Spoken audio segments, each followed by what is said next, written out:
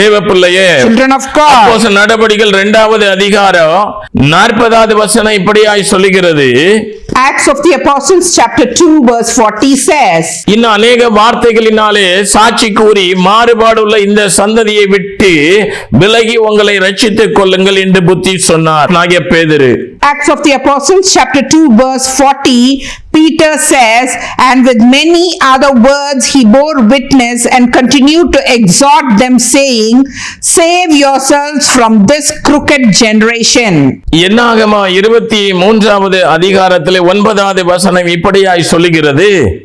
Numbers chapter 23 verse 4 says, கன்மலை உச்சியிலிருந்து நான் அவனை கண்டு குண்டுகள் இருந்து அவனை பார்க்கிறேன். For from the top of the crags I see him, from the hills I behold him. இந்த ஜனங்கள் ஜாதிகளோடு கலவாமல் தனியே வாசமாய் இருப்பார்கள். Behold, a people dwelling alone.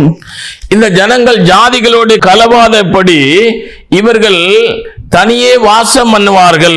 Behold, a people dwelling alone and not counting itself among the nations. இவர்கள் யார் அப்படின்னா பூமியை விசாலத்தை மூடுகிற ஒரு ஜனங்கள். Who are these people? They are the people covering the greater part of the earth. அதாவது மாறுபாடு உள்ள இந்த சந்ததியை விட்டு விலகி உங்களை ரட்சித்துக் கொள்ளுங்கள். இந்த சந்ததியானது உலகத்தை விட்டு வேறு பிரிக்கப்பட்ட ஒரு ஜீவியம் ஜீவிக்கிற சந்ததி தான் கர்த்தருடைய சபைக்குள் இருக்கிற விசுவாசிகளும் சீஷர்களும் ஊழியர்களும். What God is telling is, you have to live a life of separation from these generation, crooked generation, because they are crooked. But these people are also living in the church of God. தேவ பிள்ளையே, children of God, புதிய ஏற்பாடு சபையில தேவன் பிரதானமாய் கட்டளையிட்டது என்ன அப்படின்னா, இங்க உலகம் எங்கும் போய் நற்செய்தியை அறிவித்து பிதா குமாரன் பரிசுத்தாவின் நாமத்தினாலே ஞானஸ்நானம் கொடுத்து அவர்களை சீஷர்களாய் மாற்றுங்கள் அப்படின்னு சொல்லி மத்தேயு 28 மார்க் 16ல பிரதானமாய் ஆண்டவர் என்ன செய்திருக்கிறாங்க சொல்லி இருக்கிறாங்க. children of God, in the New Testament, what Jesus Christ gave order to the disciples: you go around the world, you preach the good news, you baptize everyone in the name of the Father, Son and the Spirit, and make them your disciples. This is all mentioned in Matthew chapter 28 and Mark chapter 16. This is the important order or message given by Jesus Christ. முதல்ல தேவனுடைய பிள்ளையே ஒரு பாவியா இருக்கிறாங்க, அவங்களுக்கு சுவிசேஷம் அறிவிக்கப்படுகிறது, சபைக்கு வருகிறாங்க, அவங்க ரட்சிப்பை பெறுகிறாங்க, பாவ மன்னிப்பு நிச்சயத்தை பெறுகிறாங்க, அதுக்கு அப்புறம் அவங்க பரிசுத்தாவின் அபிஷேகத்தை பெறுகிறாங்க, கர்த்தருடைய பந்தியில பங்கு பெறுகிறாங்க, கனி கொடுக்கிறாங்க, அவங்க ஒரு விசுவாசியாக காணப்படுகிறாங்க. அந்த விசுவாசி தேவனோடு ஐக்கியப்படுகிறதுல, வேதம் வாசிக்கிறதுல, ஜெபிக்கிறதுல, தேவனோடு வாழ்கிறதுல, உபவாசிக்கிறதுல அவங்க என்ன செய்கிறாங்க? பக்தி விருத்தி அடைய அடைய அவங்க ஒரு சீஷனாய் மாறுகிறாங்க.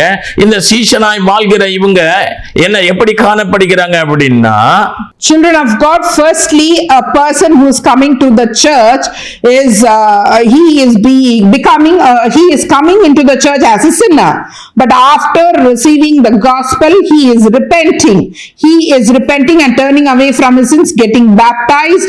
He is taking part in the communion. He believes in the word of God. He reads the Bible. He prays. He fasts, and then he lives a life with God and lives a life of godliness. Then what happens?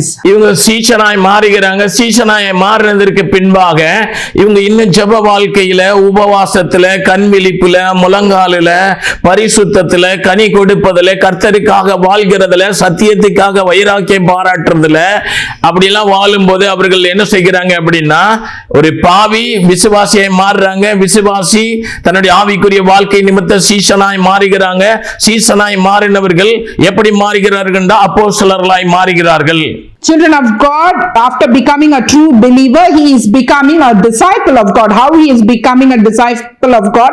After he is living a prayerful life, he has zeal for the word of God, he is bearing fruits, and he is living a life pleasing to God. After living a life pleasing to God as a true disciple, he is again becoming the apostle of God.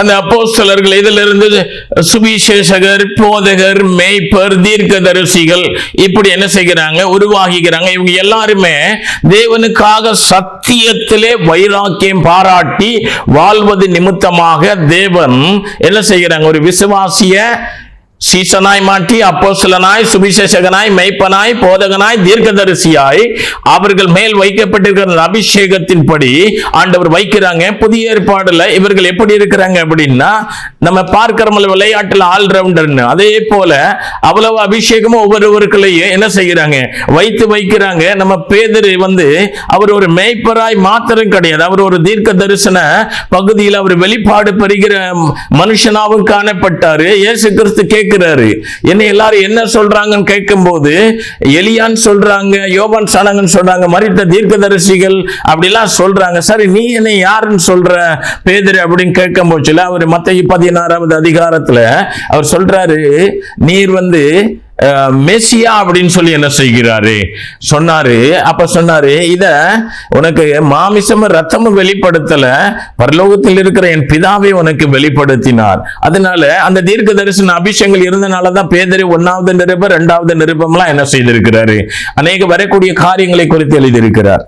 Children of God, when this apostle is becoming the true believer of God and is living a life pleasing to God, then they become evangelists, shepherds, prophets and teachers. All these 5 ministries of anointment is kept on a single person. Only if he has zeal for God, he has life of godliness and he has life of prayerfulness.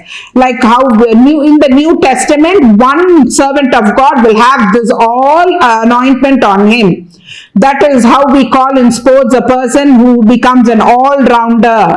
Likewise, for example, we can take Peter. He is not only the shepherd or the pastor, but he is also a prophet. How can we understand that? We read in Matthew chapter 16 about this. Jesus is asking Peter, who are the people talking about me? But Peter is answering, people are telling that you may be Elijah or you may be John the Baptist or any other prophet.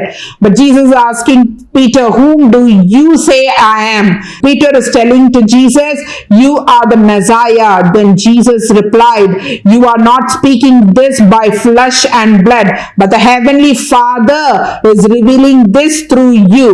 So from this we can understand that Peter is also a prophet. He is getting revelation from the heavenly Father. That is why he wrote the letters of Peter, that is first letter and the second letter to the people.